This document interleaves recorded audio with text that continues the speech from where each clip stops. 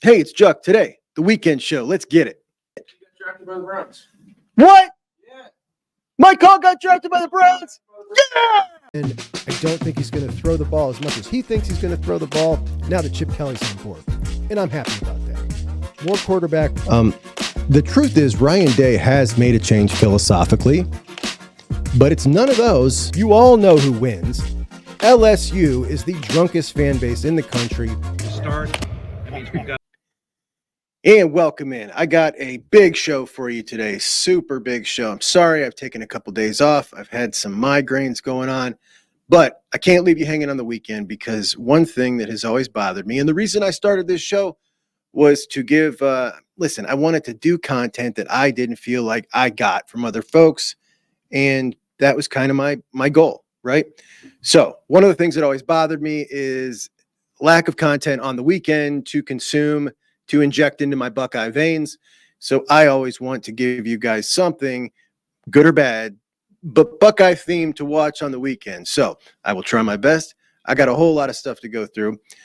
Before spring, I went through all the position groups and I kind of laid out all my expectations for all those groups. And now that we're through spring and I've had some time to reflect, I've gone back and kind of gone through what were my surprises from each position group. Where did I get it right? Where did I get it wrong? Am I up or down? Is it better or is it worse than I thought it would be coming out than it was going in? We got some cheesy portal news to go over, some clear tampering, I think. CJ Stroud embarrassing Micah Parsons, as usual. A hilariously inaccurate take on Ryan Day by everyone's favorite troll, James Yoder. Bizarre take about dusting off the JT Barrett style offense. No thanks. A tow truck driver assaulted by a Penn Stater. 24/7 top 100 for 2026 comes out. My guy, Dia Bell, comes in as a 5-star, and I think he's Chip's number one target, the number 4 quarterback in the country. We also have 4 Ohio high school football players who are top 50 in the country. 2 of them are corners, and that is so nice. And that's not counting Chris Henry, who should have been in Ohio for this year, and that would have been 5 Ohio high school football players in the top 50. That's big time, very big time. And I feel like Ohio high school football has been on the rise the last couple of cycles, and we're only going to see it get better with the spring football window now being available for them to play. Anyway, I got a couple very, very limited observations about the NFL draft because this is not an NFL show, but, you know, first round, I like to talk about a couple of the college football players that I like, where they went, and a couple observations, even though my Browns did not have a draft pick. This Deshaun Watson thing, man, like it has really just kind of ruined how I feel about the Browns for the next couple of years. I feel like they are so tied down with this albatross. It's very disheartening. It really is. My notes are so long today. I don't think I'm going to even get to them all. It might take a couple hours to get through. But anyway, I want to hit on that draft first. And I have been so consumed by this show that I didn't even realize, thinking about Justin Fields and the Bears when they let him go, that these idiots could have kept Justin Fields, dropped back a couple spots, locked down a franchise left tackle, and got their wide receiver. And instead, this garbage organization wasted our guy Justin's time and maybe his development. They could have helped him out, and instead they went and got the guy at number 1 that has the biggest red flags I've seen from a number 1 quarterback in a long time. Now, I think Justin Fields is going to be successful. I'm bullish on that. I'm not ready to throw in the towel on him. But if you are going to throw the towel in on him like the Bears did, you better be sure. Like, you better be sure. And Caleb Williams, not a generational talent to me. I might have thought that his junior year. I was kind of leaning that way. But I think he showed some serious warts his senior year. And I just don't have a clue how you could be that confident in him to do what they did. Here's a couple comments Bruce Feldman released. Statements from scouts and people around the league. I think Caleb has a chance to be very good, but I'm not sure about the wiring for me. It's how motivated he is to win. He gives off Russell Wilson type vibes, and his lack of self-awareness, like I'm kind of above everybody. I like Caleb as a player, but the locker room part of it concerns me. Raw emotion is great, but Caleb's crying thing, that was ridiculous to me and threw up some major red flags. I'll tell you, he scares the crap out of me, and a lot of NFL football teams too. Now, that's all valid. But for me, it's the arrogance. Every time I've ever seen this guy since he was a junior in high school, I mean, it just like oozes off of his body. And that kind of stuff is so off-putting to me. Here's Williams talking about that student at Notre Dame who made fun of him for painting his nails. Everybody wants to be in these 12 and a half shoes right here. So, I'm not worried about some kid running on the field that, doesn't have anything really associated to Notre Dame other than possibly their family going there or him going there himself. Got a lot of guys over here that I got to meet. So some opinion of a sheep, mine's somewhere like that. So, keep moving on, keep fighting. Fight on.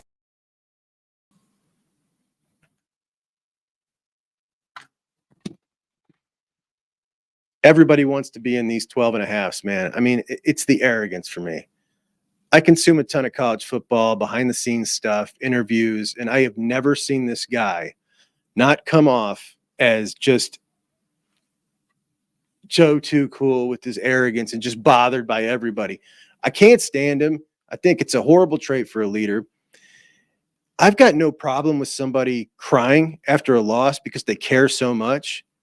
But there's a big difference between like crying with your teammates or behind closed doors and hopping up into the stands to sit in your mother's lap. Like, first off, that's just weird for a grown man to sit in his mom's lap like that. But to do that and cry, everything about this guy is just off, man. Something's just off. I don't know what the hell the Bears are thinking. However, I'm happy that if Justin Fields went somewhere, it was to a competent organization, though an organization I hate in the Pittsburgh Steelers, because I feel confident that if he's got it, it's going to flourish there. So good for him. But you know what? I won't be rooting for anything but pain for the Bears for what they did to him. And I think that Caleb Williams is going to be one of these dudes that has some really big ups and some really big downs, and will not be the answer for them. And I'm happy about it. I know we got some Bengal fans in here. Curious to know what you guys think about Amaris Mims. This dude, look at this picture. That man is a giant. I mean, at 6'8", you got to figure the top of that hair is probably at 7 foot. And look at that physique on a dude that big. That's just insane. That is just insane. I mean, unbelievably impressive, but I'm really skeptical of the pick. I tend to be a little more conservative when we're talking first round, and there's some serious red flags about that dude. Only played 8 games. Nick Saban said last night that he pulled himself after 15 plays of the SEC championship. If Nick Saban's going to call you out, buddy, like, I don't care who you are. That's seriously bad, because he's a fair dude and an honest dude, and he's not just going to toss out garbage if it's not true. So that's pretty much the last guy you would want to speak bad on you. And talking about Nick Saban, Terrion Arnold was drafted the number 1 pick with the Lions, corner out of Alabama. And I'm telling you that just to show you this. Jogging off the field, I'm like, dang, boy, he look mad. Boy, he finna give it to somebody. And then I'm like, oh, it's me. So, like, when he was saying that, he was telling me to time up the blitz on the motion. And I know y'all seen, like, how many times do I have to tell you? You know the word. But, like, when he said that, it was kind of like one of those things that you just have to not hear how he's saying it, but you have to hear what he's saying. And, it's another thing when you look at it as far as never knowing when the camera's on you and being coachable. And I feel like the relationship that I have with him, he knows that I could take coaching like that, and it's hard coaching. And when you choose to come here, you never know when he could chew you out. And like people always say, you should be worried when he's not saying something. Jogging off the field, I'm like,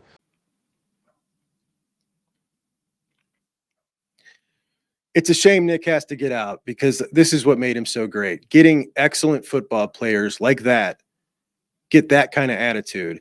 The guy was just a wizard, and I got the utmost respect for him, and I absolutely love Terrion Arnold and wish him a good, successful career with the Lions, because that right there is just a first-class type of dude. Our man Marv goes to the Cards, number 4 overall. LSU fans were very sad. They were really buying into all the nonsense that their guy Neighbors was going to get drafted ahead of Marv. I heard a lot of comparisons to Malik Neighbors as a Tyreek Hill type of playmaker, Tyreek Hill speed. Heard it all night. That's insane. Nice player, not anywhere near that. The Marv hate went really far, all the way to the end. The idiots who run the Cardinals could see right through it, and I'm really happy and proud of them. What a smear campaign. I'm really happy that he never played ball all the way to the end with their media nonsense. He got drafted exactly as high as he would have had he played their game, and I really loved it. I would have loved to see Marvin participate in all that pre-draft stuff, but he knew that the only way that participating could change his draft stock is for the worse. And despite everybody telling him, I'm sure, and all the people in the media saying that it was going to hurt him, it didn't. And I'm happy about it. J.J. McCarthy, 5th quarterback off the board. That was kind of funny to watch. I'm no J.J. hater.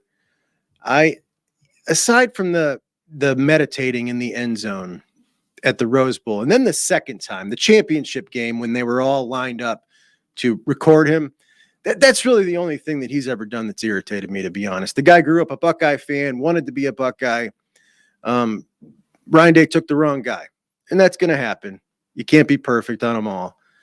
But the decision that he made to take the wrong guy, ironically, netted Michigan and Syracuse their most exciting quarterbacks they've had in the last 20 years, and both fan bases should be praising Ryan Day, but they definitely are not. Maybe the funniest moment of the night, Atlanta Falcons. So the Atlanta Falcons draft Michael Penix, who is a good player. I think he'll be a decent NFL quarterback. But they just signed Kirk Cousins to a $100 million contract. And this clip here of general manager for the Falcons, Terry Fontenot, appearing to explain the decision to Arthur Blank. Essentially doesn't help you go ahead and really try and put a stranglehold, so to speak, on the South and really see if you can dethrone the Tampa Bay Buccaneers and be that team that makes that big leap, because there's so many things that are set up so good for that. Anytime you turn sideways and get the arms involved going sideways like this, like he's made a mistake here, I think. Even funnier is the press conference that they had afterwards with Raheem Morris and Fontenot trying to explain to a reporter as he asked about Kirk Cousins and his agent's angry reaction. For Terry or Raheem, whichever one of you called Kirk when you were on the clock and you tell him about it, what's his reaction? Well, that's a private. We wouldn't share that, and obviously reactions are pretty private, right? Yeah.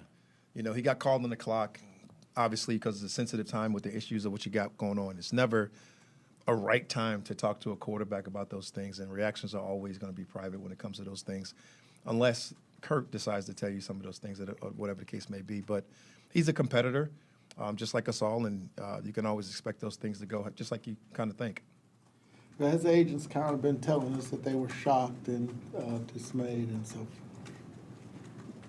That they were informed on the clock. Yes. Terry, I think All I got to say here is, as a fan of the Cleveland Browns, it makes me happy to see somebody else go through some really stupid nonsense from their front office. On to some portal news. Jalen Rashada ends up at Georgia. As you know, initially the speculation was as soon as he hit the portal that it was Georgia. And like tampering officially does not exist. It's just not a thing. There's no need to worry about it. Georgia was floated as his destination within like 2 minutes. Like everybody was saying, it's Georgia. He's going to go to Georgia. How does everybody know that? It's really weird. Like sometimes it makes sense and you can kind of connect the dots. But does it make sense here? I don't think so. It only made sense in the fact that Georgia could have used some depth at quarterback. There's a lot of schools that could have used some depth at quarterback. He left ASU, his dad's alma mater, because he was about to lose the quarterback battle.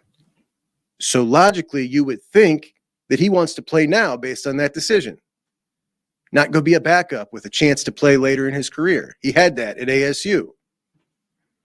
But that's what he's going to be at Georgia. But interestingly enough, several college football portal folks immediately knew Georgia, out of 134 teams, was the school that just made the most sense. Graham Nicholson, the Miami kicker, he was clearly induced into the portal by Alabama. Rashada was induced by UGA. And Kristen Miller of UGA was most likely induced by someone else Thursday morning before Georgia ponied up Thursday afternoon, and he became all of a sudden interested in winning championships. The same change of heart Bear Alexander of USC had last week when he was set to enter the portal, and then the same day was all of a sudden interested in winning championships at USC with his boys. The game here is clear. You pony up or I'm out, and they can do this twice a year. And when more players take notice of what's going on here, more will follow suit every time the portal window opens. And it's insane, man. It's insane that we're dealing with this. I got to show you this Kristen Miller clipped up. Like this dude, I don't know how much more transparent you can be. His number one priority is clearly NIL. No names, that's how you get killed. I can't sleep at night thinking about that NIL. I can't say no names, that's how you get killed. I can't sleep at night thinking about that NIL. All right, if you couldn't make that out, he's saying that's how you get killed. I can't sleep at night thinking about that NIL in his rap song. So, definitely not a guy I would have wanted on the team anyway. I know a lot of people, as soon as he hit the portal, were like, yo, let's go get him. Yeah, we're straight. That's not the type that, like, I am so impressed, honestly, that the Ohio State roster seems to be very happy, because there are a whole lot of guys on the Ohio State roster that you got to imagine have been approached by now. And kudos to them for, batting down the hatches and making sure everybody's taken care of, because we've seen none of this nonsense. And it's embarrassing. Like, it's embarrassing to have dudes on your team like this. I would be embarrassed.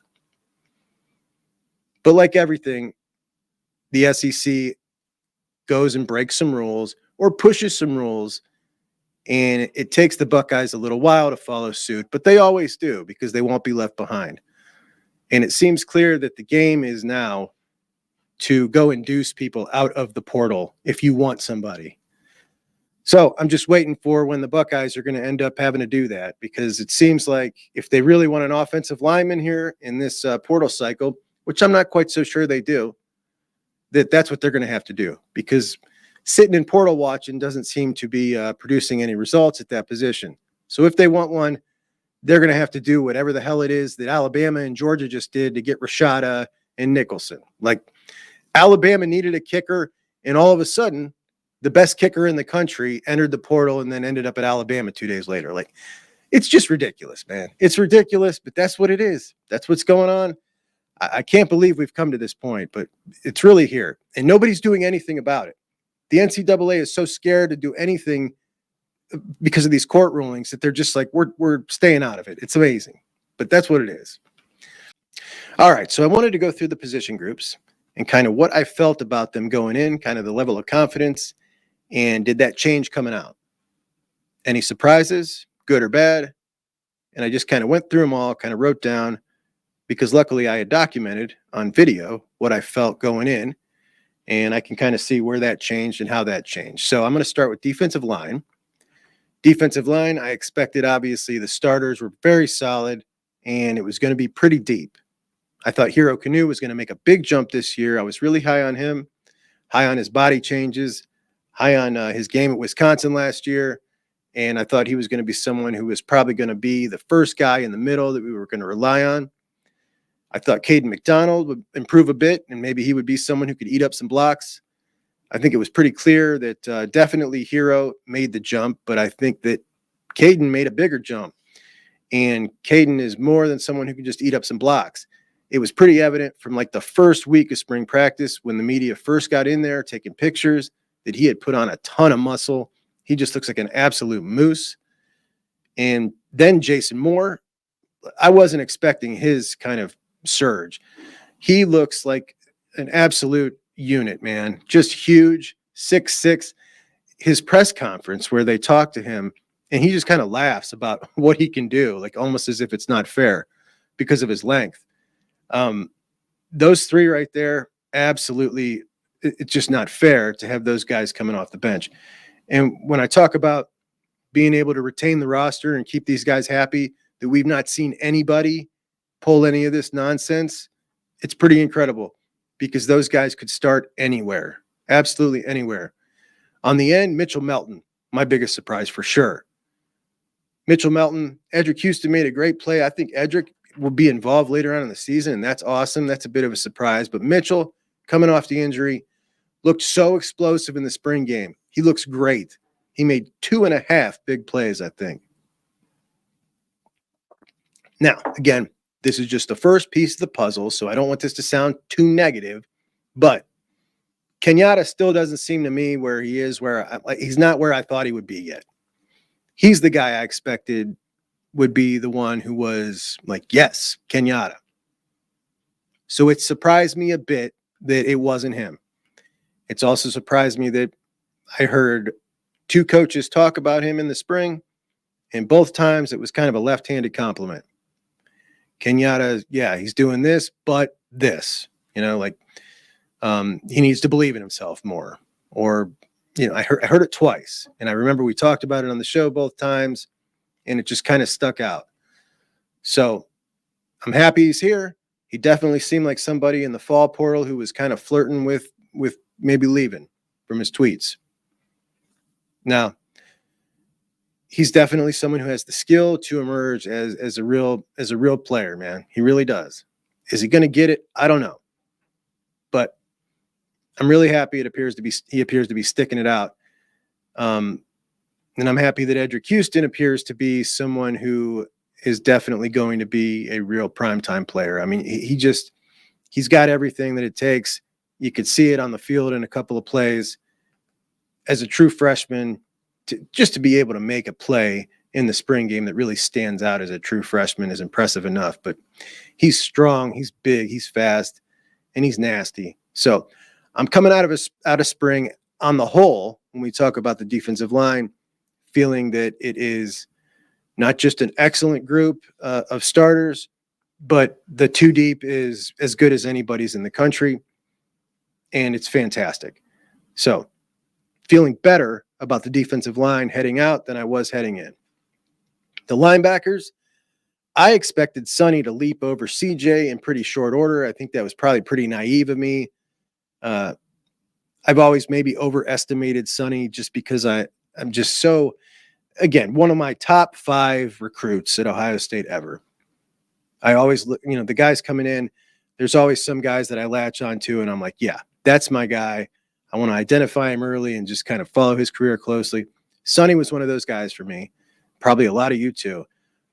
Just his physical presence, the fact that he's a legacy, the fact that I loved his dad, all that combined. And I was just like, this dude's going to be the dude.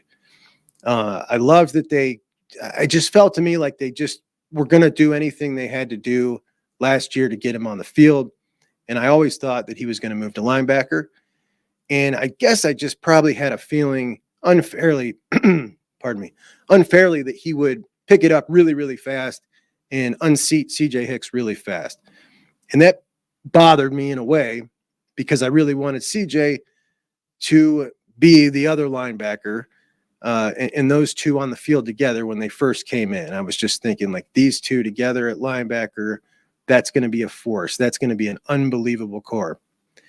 However, I don't think that's going to be possible, but CJ really, it may have clicked. It may have really clicked for him.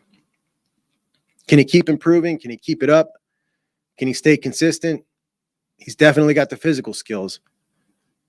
The biggest surprise, though, in the linebacker core for me is James Laurinaitis coming out and talking about he thinks he's got 5. Talking about Arvell Reese and Gabe Powers, along with obviously Cody, Sonny, and CJ. So an inexperienced unit full of absolute beasts, 4 of which are Ohio boys, which I love. My favorite group on the team, really. I think Emeka Ibuka would be the number 1 most underrated guy on the team, and to me, Cody Simon would be number 2. I do think that he has what it takes to play himself into a draft pick this year. But is Sonny going to overtake CJ for the starter? I don't know. But if they're as serious as they say they are about playing the depth, I don't think it's going to matter because I think whether it's Sonny or CJ starting, the other one's going to play a ton. So I think we come out of spring feeling better about the linebackers than we did going in. I don't think that one's debatable, nor the defensive line, to be honest. Now, the secondary, not many surprises here for me. Probably not you either. We knew they were stone cold nasty. We knew what we could expect out of Caleb Downs. I think maybe Jermaine Matthews might be the biggest surprise. We all knew how good he was, but I think he's a future first round pick. I mean, I think he's that good. And the attitude that Igmanosin, Matthews, and now Denzel is kind of feeding off it too. He's always been head of mouth, but he's feeding off that attitude. These guys are nasty. And then you got the thumper in Lathan and the cerebral leader in Caleb. And it's just like this unit, they have all the ingredients to be something really, really special. A top 5, maybe even top 3 unit in Ohio State history back there.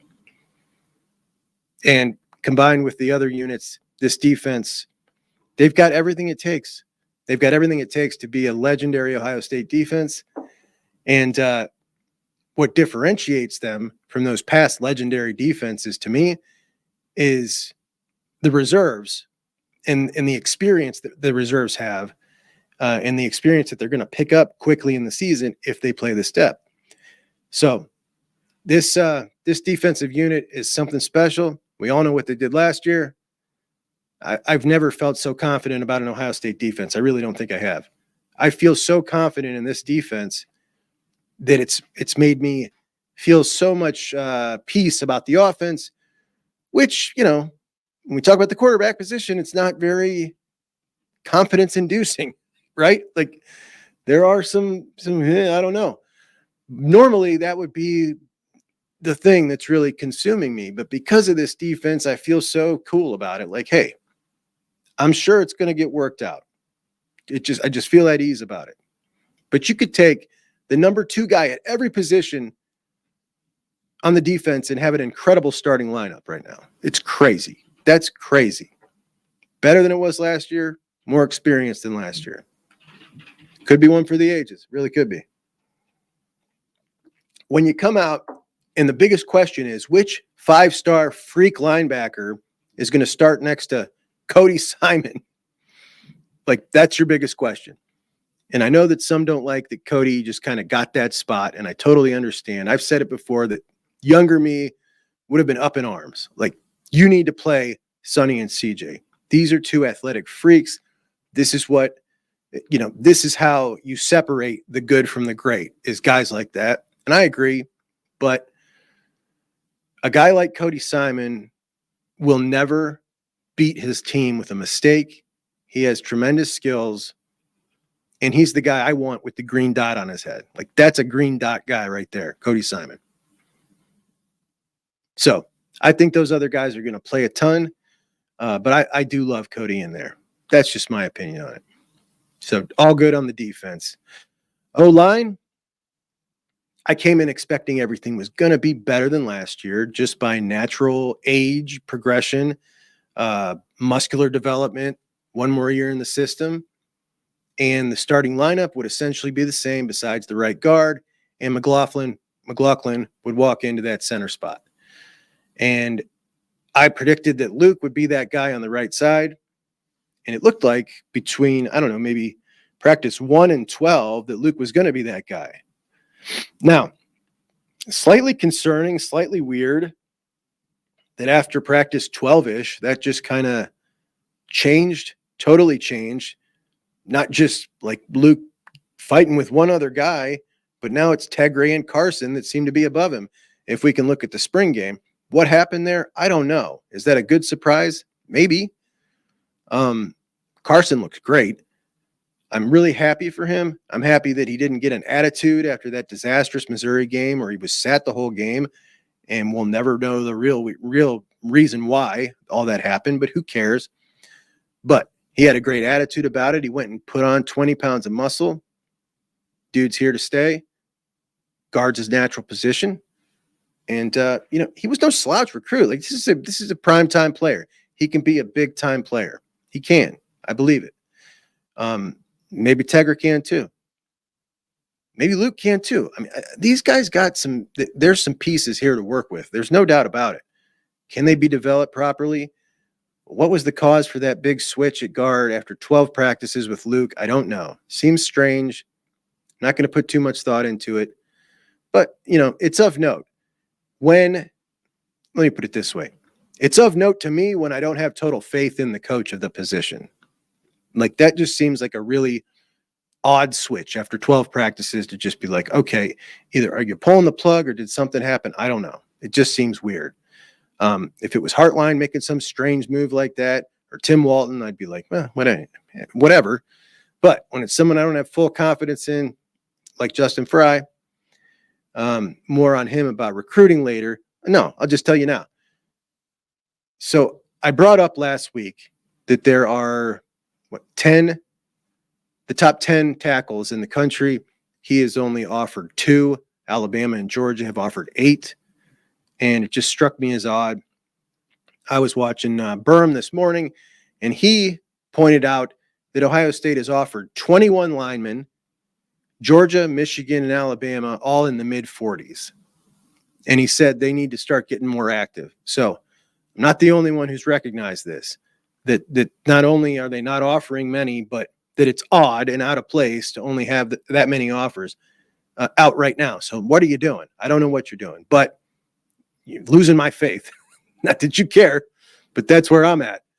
In the strange thing with Luke at guard for 12 practices and then not anymore in third in the spring game is something that is making me think, if it was anybody else, I would trust this. It'd be okay. What's going on? So Josh Simmons, biggest surprise for the good, going from 26 to 14% body fat, a guy that we have heard in the past maybe needs kind of prodded to motivate him. A guy that definitely has amazing skills, but maybe not the self-starter you would like to see. But when you see somebody that does that in the offseason, it seems to me like they're on the right track. They're on the right track to being a self-starter. You got to be. Nobody can do that for you. That's when you're at home, when you're by yourself, you're eating good, you're staying on the plan. You don't lose that much weight and get looking that good just by Mick getting on you when you're there. This is off hours. He's not eating cheeseburgers at night. He's not hitting that McDonald's on the way home. So good for him.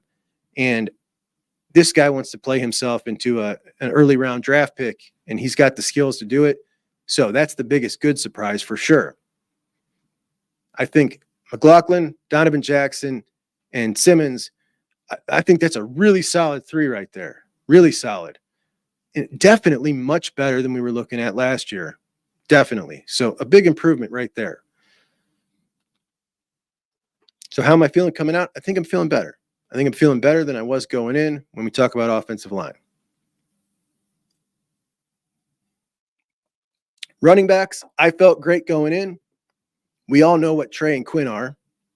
I expected Dallin to be here because I thought if he was going to transfer, he would have done it in the first window. But obviously, it's still not a huge surprise.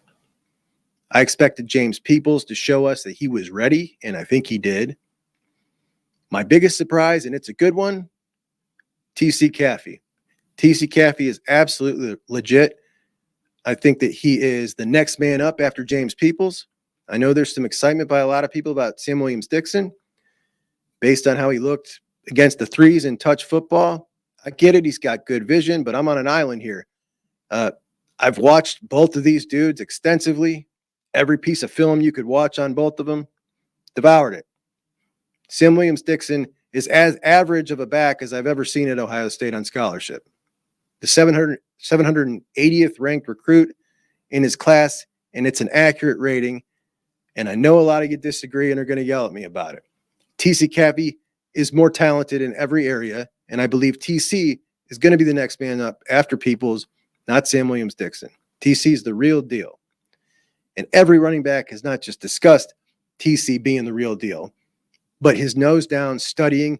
Days mentioned it. So Caffey's my biggest surprise. I wasn't expecting to hear that.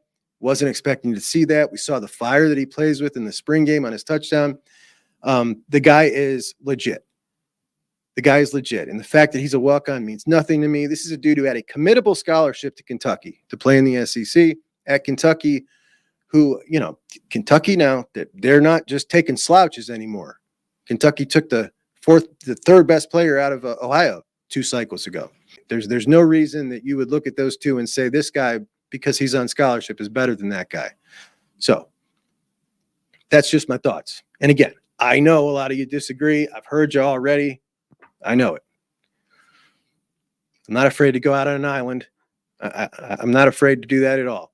I've done it with Marquise Davis for months, and now all of a sudden everybody's coming around and saying, oh, yeah, this dude is pretty amazing. So he's going to end up at Michigan. And, anyway, I feel about the same as I did going in about running backs, which is they're going to be really good, right? I feel the same. Tight end. I went in thinking Will Kazmarek was going to be a force this season and become a fan favorite. I talked a lot about it early on in my show when I first started it, 3 months ago today, by the way. But I thought that would become apparent to us really quick in the spring that Will Kaz was that dude. And I was pretty bullish about it. I ran my mouth about it a lot, right? And I still love Kaz. I think his story's awesome. Under-recruited out of Illinois. He thinks he got kind of screwed in the recruiting process because of the COVID year. So he goes on to Ohio, busts his butt, gets the call up to the big times, comes in, and in his initial media session with the press, he says, yeah, I came here to start. And he thinks he's gonna. He's big. He blocks hard. He's faster than Cade. 7 games last year at Ohio, multiple catches. Now, definitely a huge boost in competition going from the MAC to playing in practice against a top 2 talented roster in college football. However, I was still surprised that halfway through the spring, we were hearing that he still wasn't quite picking things up. I think we had better reports about him right at the end. But, I still think that he's going to be that dude I thought he was going to be by the time the season rolls around. Just not quite as confident. But the whole room is underperforming. Obviously, that sucks. But if any room is going to struggle, the tight ends are, that's the room I want struggling. Because, you can hide a little bit when we're talking about tight ends. G. Scott struggles blocking. Jelani said in his last press conference that he has made kind of a commitment to get his nose in there and get a little more dirty.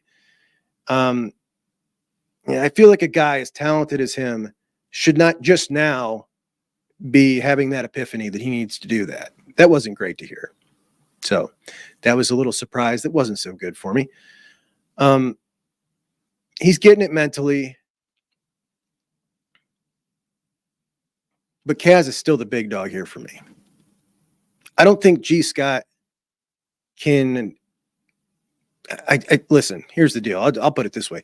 If G. Scott is starting, that's a failure by Keenan Bailey, in my opinion. And I don't mean to knock G. Scott. I love the dude. Love him as a Buckeye. Love his dad.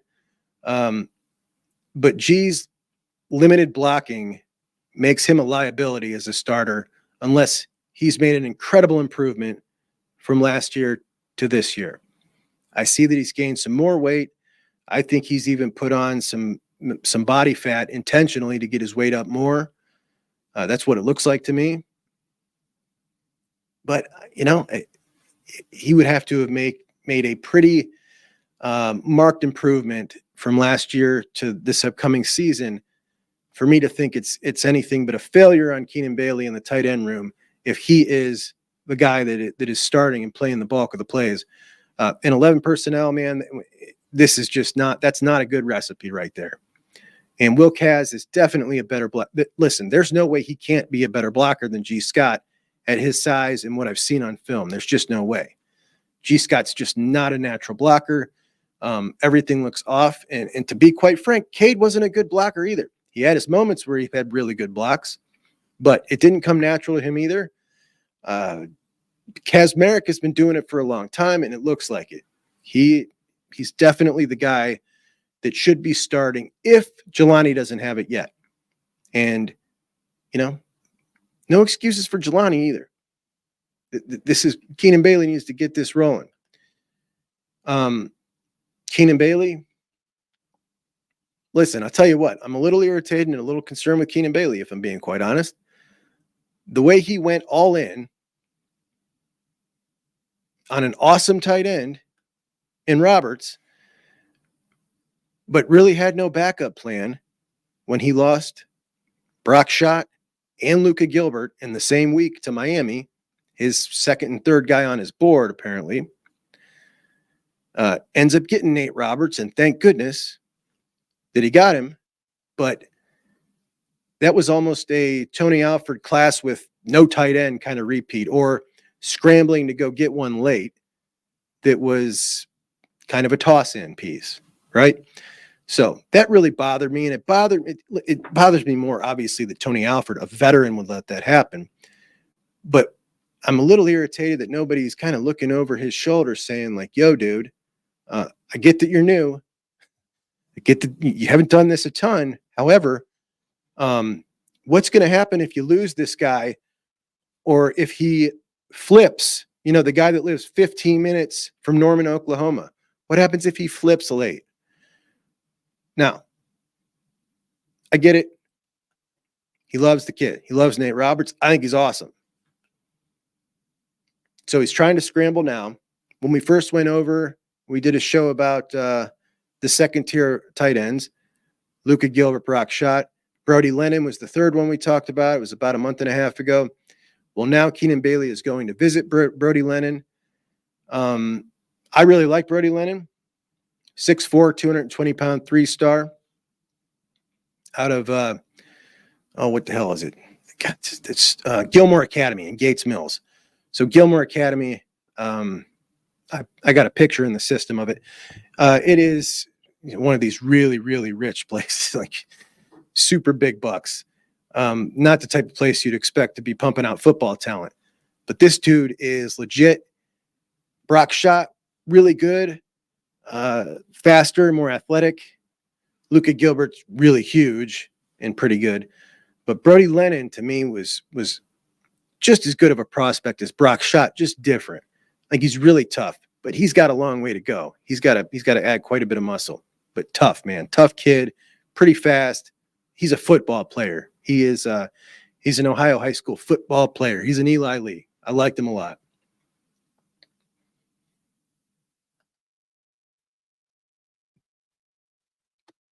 All right, let's go to quarterbacks. So I came in confident. I was confident that Will Howard was the starter, and that's just what it was. I didn't think it was really going to be a competition. I thought it was pretty clear that when Ryan Day went out to get Will Howard, he went out to get him to be his starting quarterback. And I figured that was just pretty much understood. That's how I thought. I guess I didn't put enough thought into it. Or is that really what it is?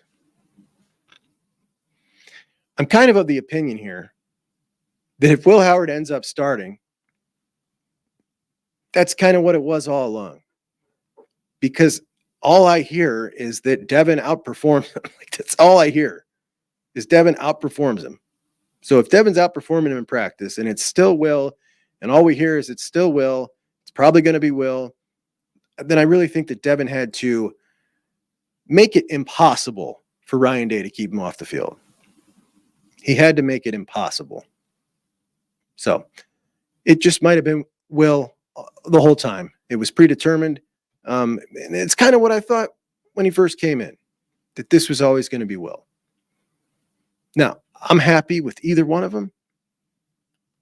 I would like it to be Devin, just because Devin is the guy that chose us out of high school, the guy that didn't leave, the guy that's got all this grit, that loves Ohio State, that wants to stay and fight with everybody. The guy that ran off the field at Notre Dame to go congratulate Kyle McCord, who had beat him out, and a lot of people don't think he really beat him out, but that's the guy that was playing, and just an awesome teammate. I love Will Howard too. Awesome dude, awesome leader. And I think either one of them in their own way can lead us to our ultimate goals. I tend to think I'd feel more comfortable with Will Howard, but either way, coming out of spring with this crop of quarterbacks, I think I feel about the same confidence level. A little disappointed that Will Howard didn't appear to be performing as well as I thought he would. I was kind of the belief that once you get this guy some more tools, better wide receivers to work with, that he would show us that his deep ball passing was better than it was at K-State. And again, a lot of this is just secondhand stuff that we're hearing, stuff that we're reading, but it doesn't appear. I don't take a ton away from the spring game because it was so windy. When we talk about the longer balls, tremendous effect on the longer balls that day. But we're hearing that the long ball stuff is not really gotten any better, even with the improved talent. Little disappointed by that, but I don't think it deflates my confidence or in the room as a whole. And then when we talk about the younger guys, listen, let me start with Aaron Noland. I was of the opinion that Aaron Noland was a really good high school prospect, happy when the Bucks signed him, and kind of shaking my head every time I saw last year somebody say something like, "Don't worry, next year we got Aaron Noland," because I think he's just a really good high school prospect, not some guy who was going to come in as a freshman and be able to answer a bunch of problems that we had at quarterback. And I still feel that way, but I feel a lot better about him now than I did before. Because I just, I don't know if the way that Julian appeared to be so far ahead of him from everything we heard, that I thought he was maybe a bit behind, but he's not. He's where he should be. And he showed us some real grit and some real moxie in the spring game and some real playmaking ability. And I loved it. And now I feel really good about him. Julian Sayin didn't show us a ton of that in his 5 or 6 series. I think he had one really good series and a couple throws where I was like, there it is. But I know it's there with him, so I didn't mind that we didn't see it. Still feel a tremendous amount of confidence in him. And I still feel that Lincoln is really raw and really young and early on in his process. This is still his first spring that he just completed right there. Still hasn't had a full year. So not really much different than the freshman. And that being the case, I think he looks damn good for where he's at. But there's a couple of these guys that are never going to play quarterback for Ohio State. And if I'm rolling the dice here and say, well, you got to make a bet, which one of that, who's your first guy that you think is not going to be that guy? I think I would probably go with Lincoln. And I know this is talking negative and I shouldn't really even talk about it. Like, who cares? Why even say that? So I take that back. Forget that. I think it's Lincoln. Wide receivers. Obviously, we all expected JJ was going to be phenomenal. I was under the impression that no matter how phenomenal he was, there's no chance that they were actually going to start him, because it's just not what we see out of this staff. We just don't see that.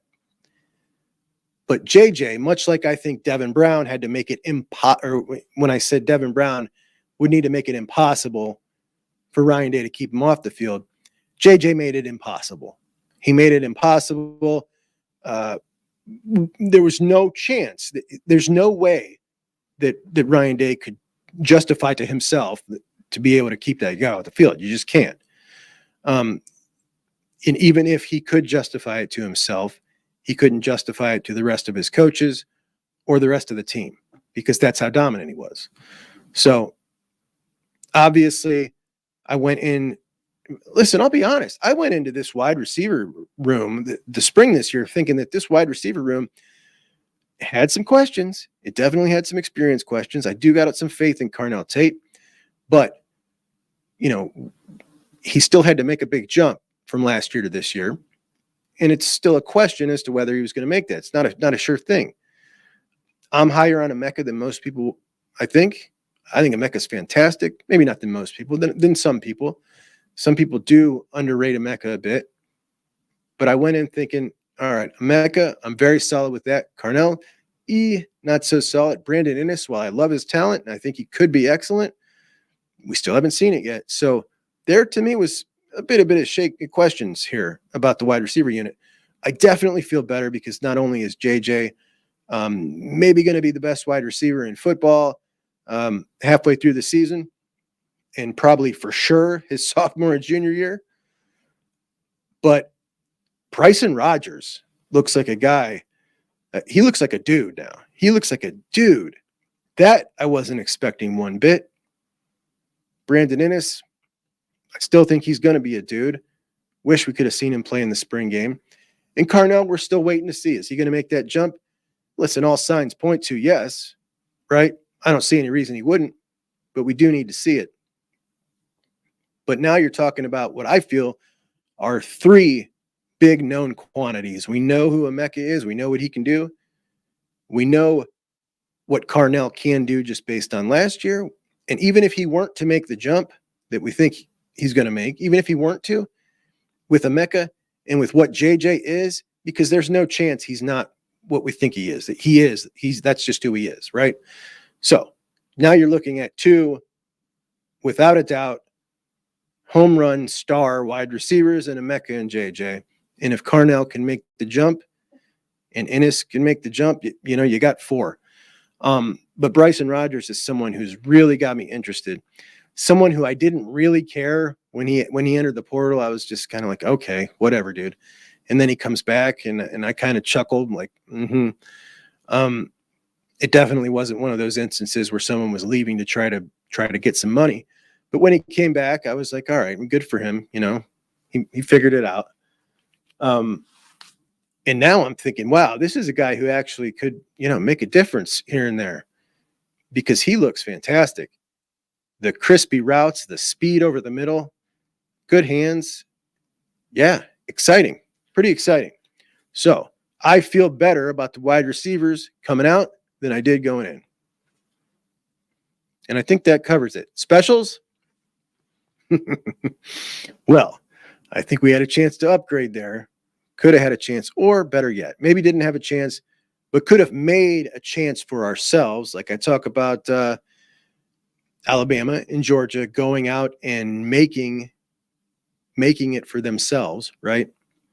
You call it tampering, you call it whatever you want. They identified players and they saw to it that those players end up signing on their roster. However they went about it, I think that the Buckeyes could have done that as well. However, doesn't mean I don't have any faith in Fielding. I just saw a Groza winner in our state in the MAC go to someone we may play in the playoffs. And if that kicker beats us, what are you going to say then? What are you going to say then? Ooh, buddy, can you even imagine? Can you even imagine? I kid. Not really. A little bit. Anyway, do you remember when CJ Stroud got the bad scores on that R2 test before the draft, that they came out recently, that those R2 people, and said they came out recently and said that it was messed up or something, like his test was wrong. They're trying to save their butt because their test is clearly garbage. If CJ Stroud got a poor cognitive ability score on their R2 test, because his mind for football, how quick he is, it's pretty fascinating. It's pretty fascinating to me. And I am going to show you an example right here that just kind of like made me go, wow. I mean, and this is something that is not like he could really make us go, wow, in a totally different way. But this one is pretty entertaining because it's him and Micah Parsons on Micah Parsons' podcast. I don't know if you've seen these two interacting lately, but they've been all over together. And they've got this relationship that is just hysterical. These two are something. But watch this clip with CJ and Micah Parsons playing a little game that Micah Parsons tries to kind of put him on the spot with, and CJ just absolutely embarrasses him. Check this out. Time. Since you're an offensive guy, give me your best 11. I'm going to pick my best defense. Sounds good to me. Of all time? Let's do right now, and then we'll do all time cool. later. Let's do Sounds right good now. to me. I like this show. Where are we in, 1st and 10? Game on the line. 4-1. No, 4th and 5. Balls on playing in your hands. What are we balls on the talking 20-yard line. You let me pick the scenario. But be reasonable. Like, what are we talking about? 4th and 5 is very reasonable. It is reasonable, but like, meet me halfway. 4th and 3. 4th and 3. Let's do it. I'm gonna name my players and what I'm doing. Devontae Adams at X. Tank Dell at my slot, my F. LT at left tackle. My guy from the Ravens, 70 at left guard. I got Humphrey at 53. Quinn Nelson at right guard. Lane Johnson at right tackle. Got Jahmyr Gibbs at my running back. I got myself as quarterback. Travis Kelce as my tight end. And I have Jamar Chase as my Z. You like that? It's not enough, but it's cool. Okay. We're going to call this play double right, Y counter, then F across, cross, 3-jet. We're going to go Z dagger pylon, Y choice, X signal. This is just a made-up play, by the way. We don't run this defenses. I got Sauce Gardner, left corner. Garden, Devontae Adams. Yeah. I love it. Let's go. Pat Surtain in the slot. I have Trayvon Diggs on my outside, and I got Jalen Ramsey at my nickel. What are you in dime? Yeah. I got Derwin James as my safety. I like that. I got Fred Warner and Roquan Smith as a linebacker. Oh my. You gonna put 2 mics? Come on, bro. What are we doing? You right. You so right. We're in dime. Oh my gosh, I gave him a good idea. Everybody you've said, no disrespect to those great defensive backs, they're all great, but they can't guard my guys. Not on this play. All right, I'm gonna swap him out for Kyle Hamilton, so I got some range. In my front, we got Myles Garrett, Aaron Donald, Chris Jones, and Micah Parsons. I think we match up pretty well. We are gonna toast you. What coverage are you running? Please run man-to-man. It was man-to-man. Oh, yes. With inside pressure. So that ball has to come out. It does not. You're sending everyone out. Please, no, bro, Jameer's in. What are we talking about? I need him to just give me a second. We still have 6. That's fine. I'm going to get it out. And we have 6 blocking. What are you talking about? Those are deep concepts. This is a deep concept. This is a signal. If I see Sauce the pressure, I'm going to go just like this. You didn't say that. You didn't say that. You didn't say alert. I said X signal. Alert wasn't in the call. What's that going to happen? Slant? Sauce going to be on that. Okay. Incomplete. Game over. Play the clip. Devontae Adams running a great slant off a great release. Then we'll adjust. Where you going, right or left? I'm on the right side. You're right. Yeah. We got LT. I'm good. You just said he's the best in the game. I'm going against Lane. Oh, you're scared of LT. That's what I'm hearing. No, because Miles plays. Lane. Okay, and LT gave 0 sacks against Miles. 1 pressure. Okay, but we have Aaron Donald. Who you going to double team? We're going to slide to Aaron Donald. We'll leave Chris Jones one-on-one, which is with going to Nelson? suck. Yeah. Once this corner collapse on this dagger, I have Tank Dell run a pylon for a touchdown while you're trying to guard 3 yards. You're done. And then I have a wide choice. You're done. By the best tight end to ever play the game. You have guarded him. No disrespect to my guy. Kyle Hamilton guarding Travis Kelce. Did you see what happened in the playoffs? I love it. I love it. I love the dude. And I did a show maybe, I don't know, it might have been like my 6th or 7th show when I started the show. And it was about how I was regarding CJ Stroud when he was a Buckeye. And I referred to myself as a toxic Buckeye towards CJ Stroud, which is kind of the term that I've heard floated around for, I don't know, maybe entitled, kind of nasty Ohio State fans who are never happy. That's certainly not me, as you know. I'm more of a glass half full type of guy with the Buckeyes. But with CJ Stroud, his first year in particular, I had him all wrong. Okay. I had him all wrong and I thought I had him figured out. Definitely a skilled quarterback, but he really turned me off. I thought he was a bad leader. I thought that, he had some rough times and got some heat. And I felt that his defensiveness about that was way overblown, that he was way too defensive about it. That the way he was in press conferences was just seemed like a bratty kid to me. And I didn't like it. And I thought that he was a crap leader because I just didn't understand him. I'm a big mouth, as you know, and like a Tyvis Powell type of guy. That's the kind of leader I like. And we don't see a ton of these guys while they're at Ohio State until they get older. We don't get to see him talk a ton. And everything about him just seemed like, oh, man, he's not Fields. He's not Dwayne. I just had him so wrong, and I didn't really care for him at all. It wasn't until, later on that I started realizing how wrong I was about him. And I just didn't get to appreciate him as long as everybody else did. And, the fact that he didn't beat Michigan, that I think there was a time there after the first and even after his second Michigan game where there was a whole lot of Buckeye fans that were just out on him. Like, even though he played really good. But now that we see more of him and more of his personality and how he comes back for pro day, has the awareness to tell the reporters to please go talk to the guys participating first before they talk to him, and he'll wait for them, sticks around for days afterwards, donates to the NIL fund. He's like the best young quarterback in the league. I think his jersey is going to be the #1 selling jersey this year. And he is going to be the ambassador for Ohio State football for the next 12 to 15 years. And I didn't get to enjoy him because of my preconceived, judgy notions of who he was. And I will forever feel like an idiot because of that.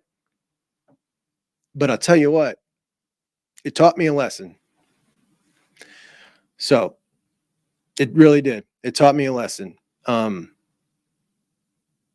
But it's a bummer. It's a real bummer. It's a bummer for me. So anyway, Reggie Bush. So the Heisman Trust comes out, gives Reggie Bush his Heisman back, and all the talk turns to, well, the NCAA should start doing this and that, and maybe this is the first step to this and that. I don't think that's the case, but that's not what this is about. Reggie Bush is not going to pull his defamation case that he has going on against the NCAA. Reggie Bush has a defamation case. He's suing the NCAA for saying that he was once wrapped up in a, quote, pay-for-play scandal, which is 100% true. But they said it, and apparently you're not supposed to say that. I don't know. But his parents did get a pad that they didn't buy, that was bought by USC folks affiliated to USC or whatever. And it was so that Reggie would play football at USC. And however you feel about him getting his Heisman back, I don't care what the Heisman Trust does with their trophy. But,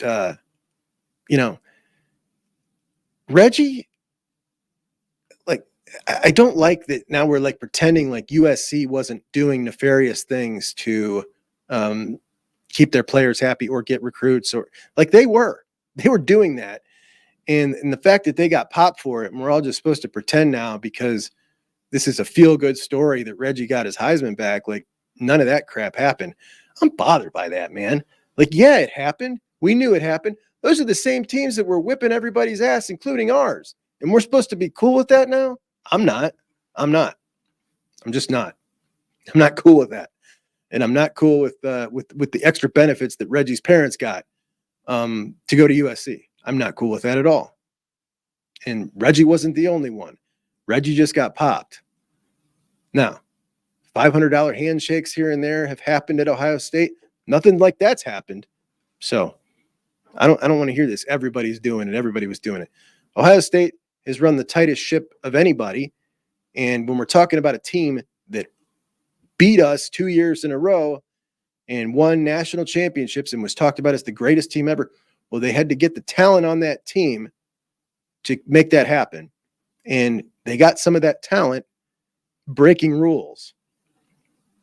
So Reggie suing them for saying a fact, I find obnoxious. I find obnoxious of Reggie. So anyway, Brian Day's interview with Josh Pate was almost universally loved. I even saw quite a few of his haters talking about how great he came off and that they did not want to see that because they were starting to feel differently about him.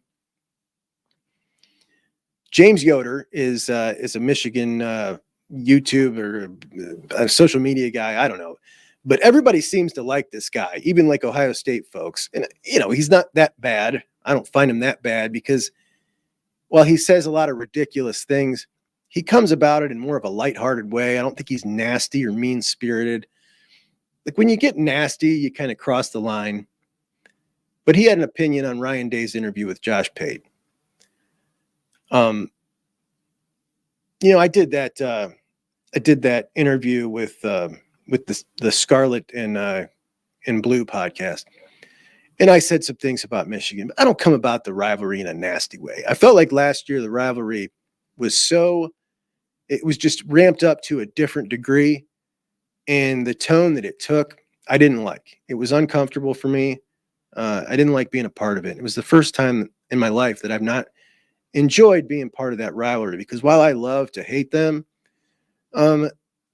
it's not I don't like nasty discourse with other people. And I like kind of more of a good-hearted ribbing. I like to beat people on points, not with like vulgar, gross words. And like the things that were said to me after that was like, wow, man, I really got myself in it here. I'm going to need to remember that if I want to put myself out there like that, what to expect. And I will moving forward. And, I've since done it several times since then. But now that I know what to expect, it got seriously personal, like some really nasty, nasty stuff. And that's not the way I've ever liked to kind of get down with the rivalry. And I feel like maybe a lot of people like James Yoder, because he's kind of got a good sense of humor, and he comes about it in it seems good spirited. It's not a nasty way. But he had some criticism of Day. Let's listen in. Cap, what I saw in this long, drawn-out, long-form Ryan Day interview with Josh Pate.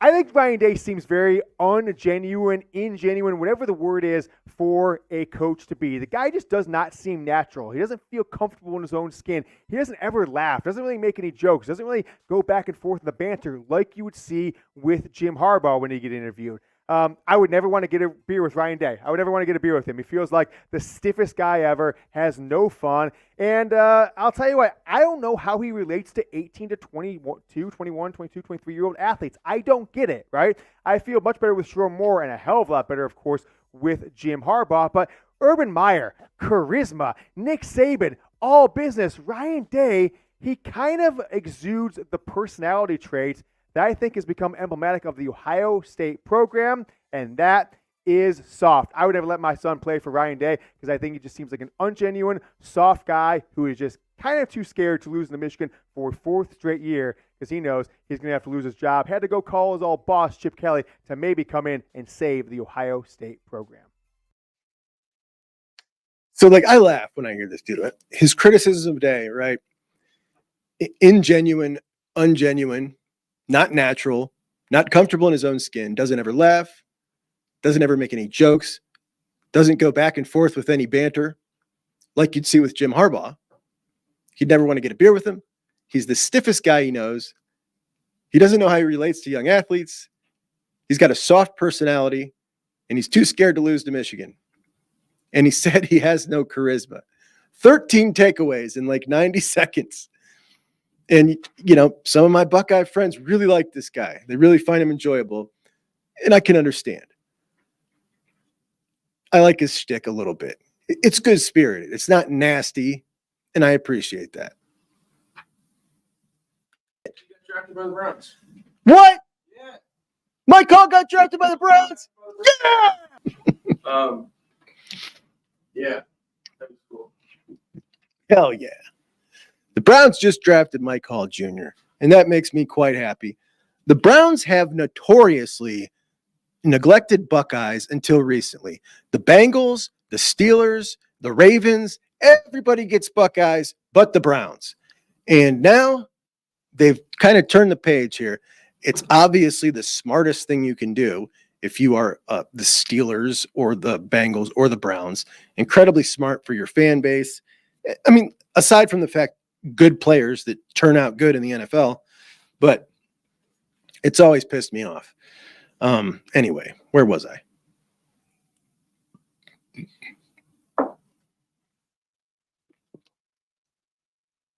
James Yoder. So I don't like the tone that the rivalry took, and I think that his tone is tolerable. It's kind of funny. But he just called Ryan Day disingenuous. Well, he called him ungenuine and ingenuine, but he's looking for disingenuous. That's the word he's looking for. And then he cited Jim Harbaugh as an example of genuine. This Jim Harbaugh.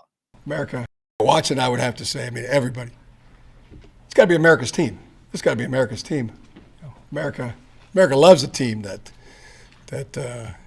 beats the odds, beats the adversity, overcomes what the naysayers and critics, so-called experts think. That's my favorite kind of team. Michigan head coach Jim Harbaugh called the Wolves.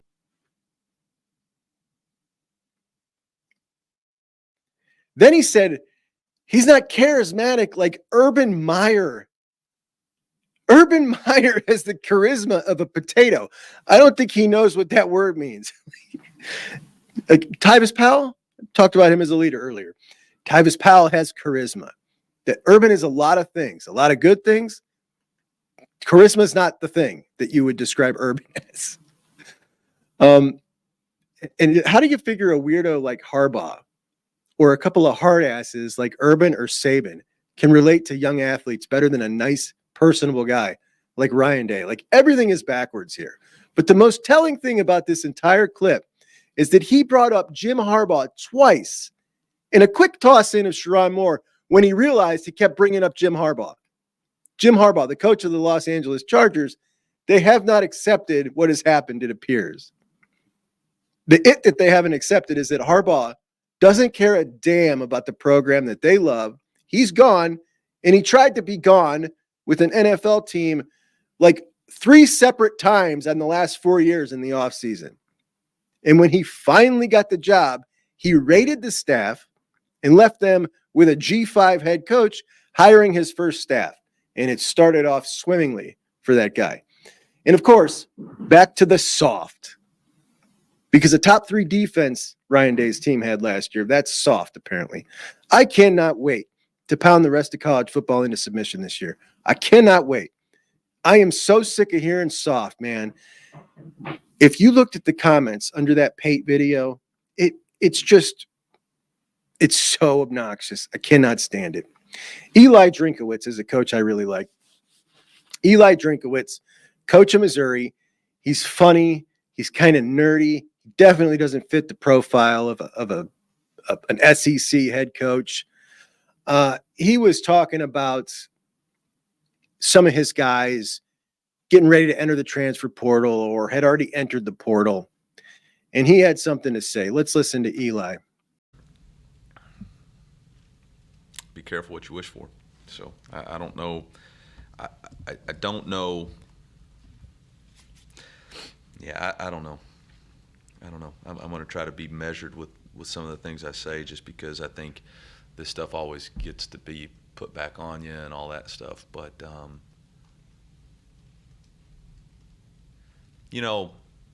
I think back to the question talked about growth.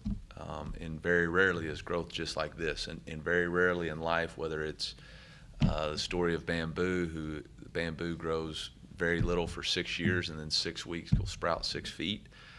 Whether you're talking about my father-in-law who's a farmer and you don't plant seed and it grows the next day. You got to go through a spring, you got to go through rain, you got to go through mud, you got to go through heat, and then something great comes and bursts through the ground for that.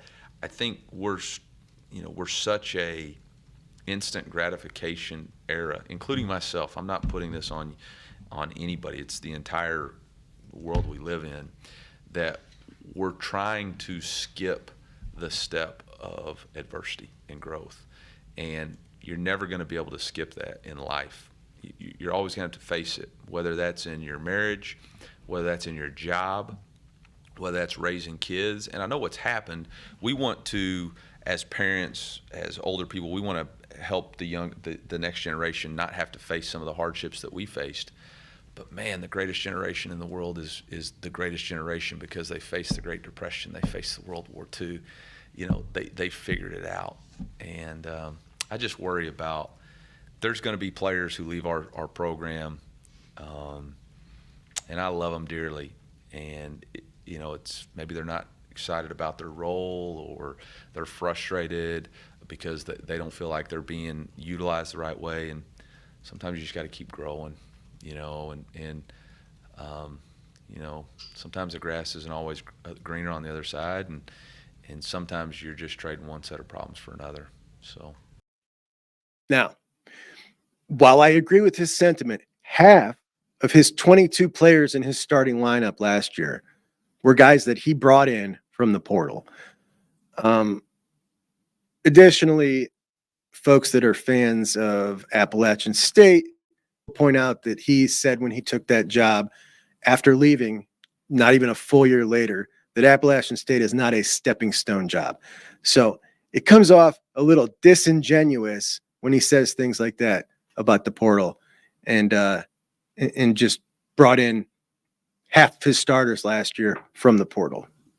So while I like him, and kind of call him out on that a little bit. CJ Waller is a corner for Michigan. Well, was. He's entered the portal. Jeremiah Beasley, a linebacker, and Amir Herring, an offensive lineman. Their top-rated offensive lineman and their top-rated linebacker, two of their best recruits from last year's cycle. Waller was competing. He was one of the three that were competing for the cornerback spot across from Will Johnson. Now, we had heard from UM insider Chris Bayless maybe 3 weeks ago, 2 weeks ago, that they were having trouble coming up with payments in their NIL.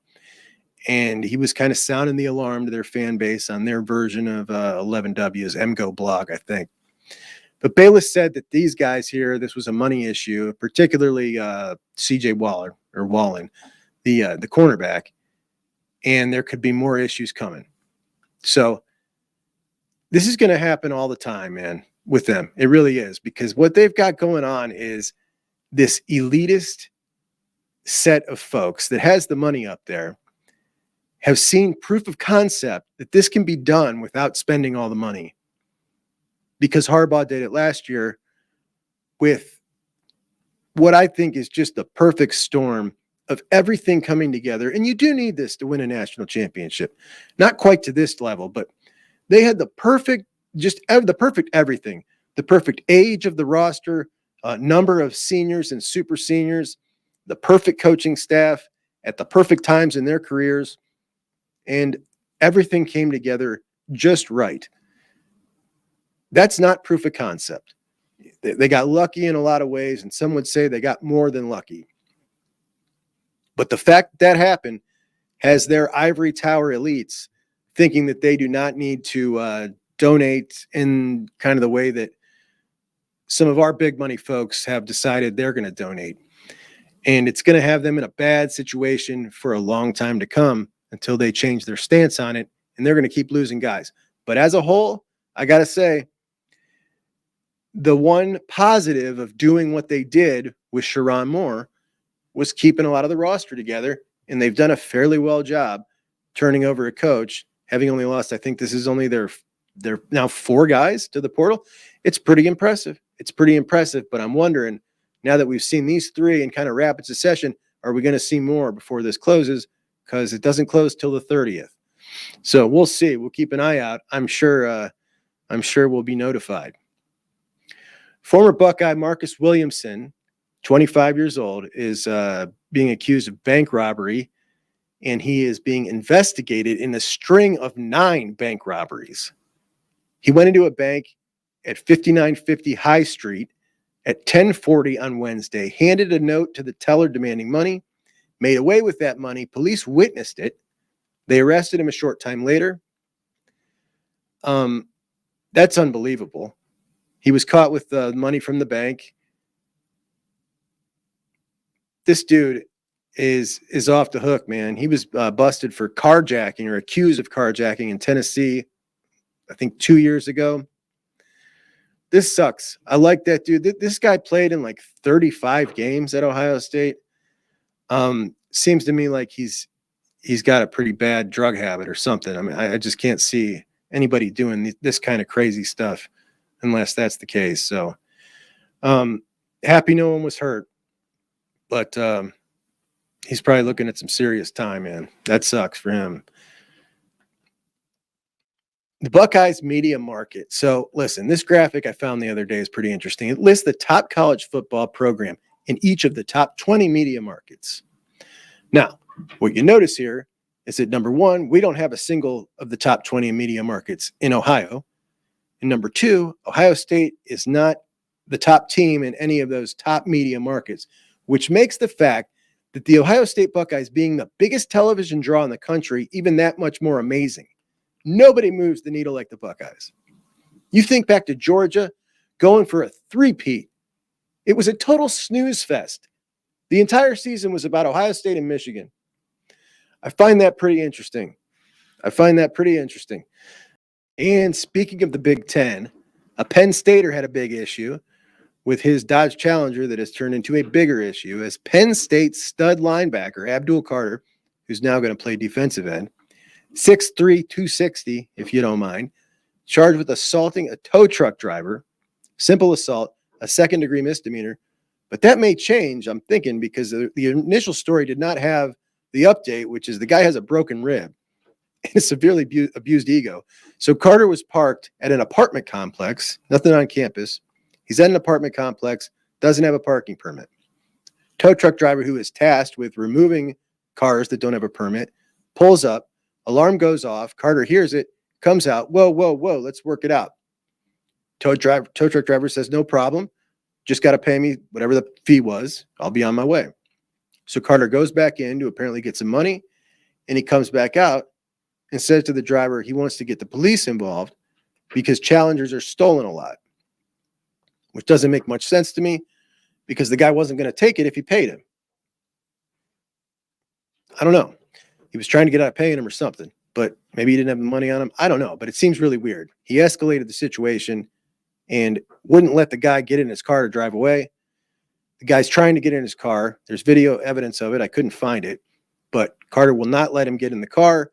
He's pulling him away and eventually picks him up by the midsection, walks him over to a place of grass and drops him. And the guy is trying to get up. Carter pins him down, won't let him get up as the guy's flailing about, apparently, according to the complaint. Now he's got a busted rib on the ground. And then he eventually gets up and makes it to his car when his girlfriend pops out and starts yelling at Carter that she's called 911. The dude's girlfriend watched this whole thing. Oh, man, I'm so embarrassed for him. This dude picks him up, carries him like a rag doll, drops him, breaks his rib. His girl was watching, this poor guy. So after the incident, police interviewed the driver and Carter, reviewed the evidence, and decided to arrest Carter. Penn State comes out with a statement. What he did doesn't align with our values, yada, yada, yada. And this was all so easily avoidable if this dude just paid the money. Everything done. Pay the money. You parked there. You weren't allowed. The dude's just doing his job. And now he's got a busted rib. And this idiot's in trouble. I mean, I cannot believe the decisions some people make over cars getting towed. I don't know why, but I've seen a ton of videos about this. The emotion people have, I think it's over someone basically legally stealing from them, which is kind of what a tow truck driver does, right? They're legally allowed to take your stuff, which in a lot of cases it's a repo, and I guess it's not really yours, but pretty crazy, man. Crazy story. And I feel bad for this tow truck driver, but that's a job that I would not want. And Abdul Carter, man, I wonder if those charges are going to go up now that we know his rib's broken. We'll see. Jim Knowles' sister is she's a fire plug, and she's got some funny things to say, and sometimes, I mean, she's the personality that Jim doesn't have. We'll put it that way. And she just tweeted that sometimes she hates being from Philadelphia. There is she tweeted this video, Cooper DeJean. So the Eagles drafted Cooper DeJean from Iowa. He's the white cornerback, incredible athlete, tested off the charts for like athletic ability. And somebody asked him in his initial press conference over the phone, like on Zoom. As you probably know, there haven't been many white starting cornerbacks in the NFL in a long time. Do you think that'll prevent you from getting that opportunity? I mean, if they put me out there, I'll be excited to play out there. Something about being a white cornerback. I'll play it right here. So Jim Knowles' sister took exception to that. Honestly, like that's stones to ask that, but it reminded me as soon as I saw it of how long have you been a black quarterback? That famous one that reporter asked Doug Williams before the Super Bowl. How long have you been a black quarterback? I don't remember exactly what Doug Williams' reaction was, but I think he just like looked like serious. Good stuff, man. Good stuff. So you saw my reaction to Mike Hall. Mike Hall is from Streetsboro, like literally right over there. And when you get a guy from Streetsboro who plays for the Buckeyes and now for the Browns, much like Denzel Ward, who played for Nordonia, then for the Bucks, and now for the Browns, that kind of stuff just makes me happy. That is awesome. Now I've seen, since it's 11:30, that the Browns have also drafted Zach Zinter from Michigan, and I'm just sitting here thinking about past Browns who were formerly Michigan players, and I'm thinking Leroy Horde. I really loved Leroy Horde. Never really dug Braylon Edwards. Couldn't really get down with him too well. Aaron Shea. I liked Aaron Shea a lot. And, of course, the legend, Steve Everett. Steve Everett, when I was, I don't know, probably 12 or 13 when the Browns left. Steve Everett probably played from 92 to 95 for the Browns. Michigan before that. He was a big golden-haired dude, had massive shoulder pads. And when the Browns left, their very last game at the stadium, he was walking around the fence, embracing people, really felt the pain, man. He was crying. He was crying. That's right. He was crying on the field about the Browns leaving Cleveland. This is a dude from Michigan. It was, seeing that as a kid, like, that was like, oh, I mean, like obviously I saw the family, how upset they were, but seeing one of the players cry, it was like, wow, like this is a really big deal. To me, at that age, I was like, whatever. I mean, they'll come back, right? Like, and they did. Just not the same. Not the same. Not the same way. No, they didn't. No, they did not. And then you got my kids, 24, 19, and 17, my three boys. Not a one of them Browns fans. The oldest one could care less about sports. The middle is the one who started the Texans fan stuff. And then the youngest one followed suit on the Texans nonsense. And before that, they rooted for Peyton Manning, wherever the hell he was, Indy or Denver. So, there's a whole lost generation of Browns fans. There is obviously kids that age, that in that age group that are Browns fans, but the percentage of them compared to the percentage of my age group that are Browns fans is so much smaller. So many of them diverted to the Steelers. And, when you talk about the Browns coming back after leaving in 95, you have so many years of just absolute garbage that how could you possibly get a kid to root for that? I tried my damnedest. Honestly, it felt bad at times. It really did. Like, it was so miserable and so unenjoyable to take them to games when they were little kids. I would get mad. They wouldn't have fun. It just sucks, man. It sucks. And this Deshaun Watson stuff, I just have very, very little faith that this guy wants to play football. I think that the perfect encapsulation of who this guy is as a football player was Joe Burrow injured on the sideline, helping his backup quarterback with the tablet, and Deshaun Watson in the box having a drink. And it was just like, this is it, man. I am so out on this dude. I was never in but then I was really, really out. Weirdo. He's a weirdo. He really is. He's a total weirdo. No, listen, if those allegations are true or not, so there is some validity to it. Okay. There's something there. And even if there's something, like this dude's just a weirdo with masseuses, or it's like all the way like you're a really, really like a criminal weirdo, it's something. And I don't like him at all. I think he's weird, and I don't like him, and I don't want him around. And he's an albatross on the franchise's neck, and the franchise could do just, like piecemeal something together. So, like, give me Jacoby Brissett. Anybody. He's a nobody. Give me a nobody over this idiot. I can't stand it, man. I can't stand it. Mike Hall. I can't even get excited about it. I got this guy to look forward to. Anyway, this is a college football show. So speaking of college football, it's the off season, and listen, if I run across some fun stuff to talk about from now to then, I'll pump out a show on Sunday. If I don't, we will see you guys on Monday. If you're a new subscriber, thank you so much for joining us. You can catch me on Spotify or Apple Podcasts, any podcast format, really. And I appreciate y'all listening. Please like and subscribe if you haven't already.